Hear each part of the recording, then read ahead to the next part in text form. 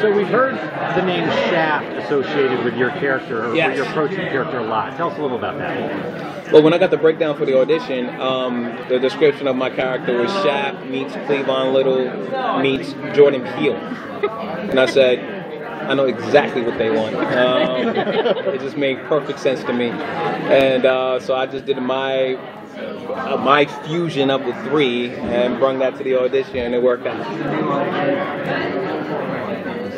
How does his life kind of intersect with Rose's character a little bit? How do they become involved with the police kind of case by case? Well, Clive, he's a rookie homicide detective for the Seattle Police Department.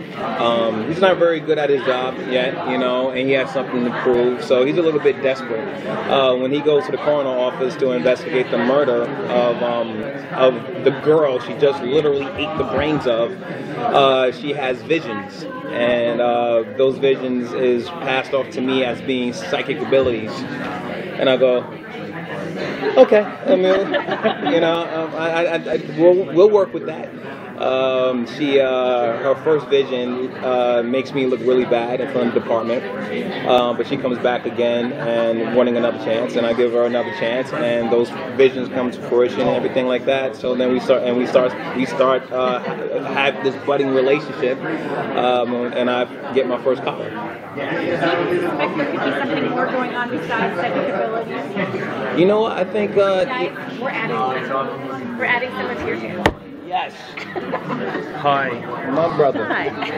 So does he buy into the psychic visions, or does he suspect there's something else going on? You know, Clive is a little bit so self-involved. I don't even think that he would even, believe that there was like a psychic world. I'm sorry, a zombie world, but he goes with the psychic thing because, like I said, he's desperate and he has nothing else going for him. He's been unsuccessful at solving murders prior to having lived on board.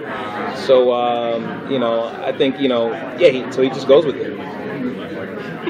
Yeah. But he's never once suspicious that there's something else going on. No, he's never. Right away, he's a detective. He knows she's pale because you're very pale.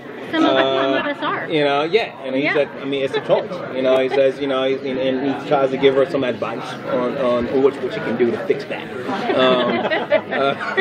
It's her choice to take that or not. But he's not. He would never ever suspect that she's a zombie. He'll think she's a drug addict or something like that, or just needs some sleep, before he ever, will believe that she's actually a zombie who eats brains with hot sauce and ramen noodles. Now, Rahul, that's almost exactly opposite from how your character reacts. Yeah. So you almost immediately have it figured out before she's even told you. Tell us about that a little. Well, yeah, my character notices through circumstance that one of the bodies he returns to is missing chunks of the brain, and it leaves a paper trail that he's able to follow, and he starts seeing a pattern.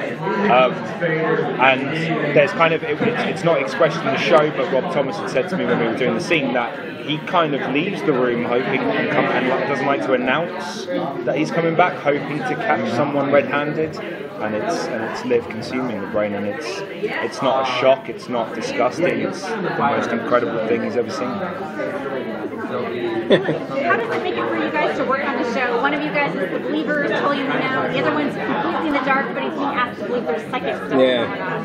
That's the fun, juicy part of it, the fact that, like the audience is in on what's going on, and my character's not in, they're in on it, I'm not, so we get to have a lot of fun with that. Well, when we first did our first scene together, which is when he walks in as we're performing. Immediately there was this idea that there were these beats that were happening. That obviously they'll be explored later, but it's that idea of he doesn't know, he thinks she's a sidekick, he knows he's protecting her, but they know each other quite well, and it's already we only scratched the surface of that. There was so many fun takes on that, just going back and forth, and him knowing, I'm not knowing, and just having fun with that. So it's just a fun device. it almost seems like you guys are then telling two different shows.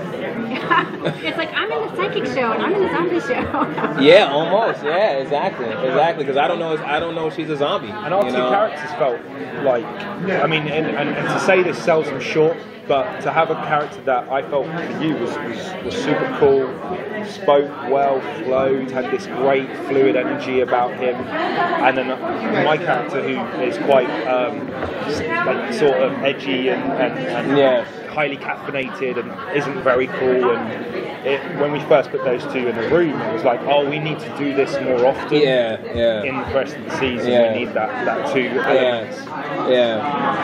No, 100%. Absolutely. I was there. It was incredible. Do we get to see you guys interact as characters on screen a lot? Oh yeah, you do. Well, we work in the same building. The medical examiner's room, or the pathologist, is in the Seattle Police Department. So, and we're friendly. I call him Dr. Death. You know, that's my nickname. That doesn't scream friendship. Exactly. But that's a scream with Dr. Death. Exactly. Great. Okay. Great. Thank you. Thank you guys. Appreciate it.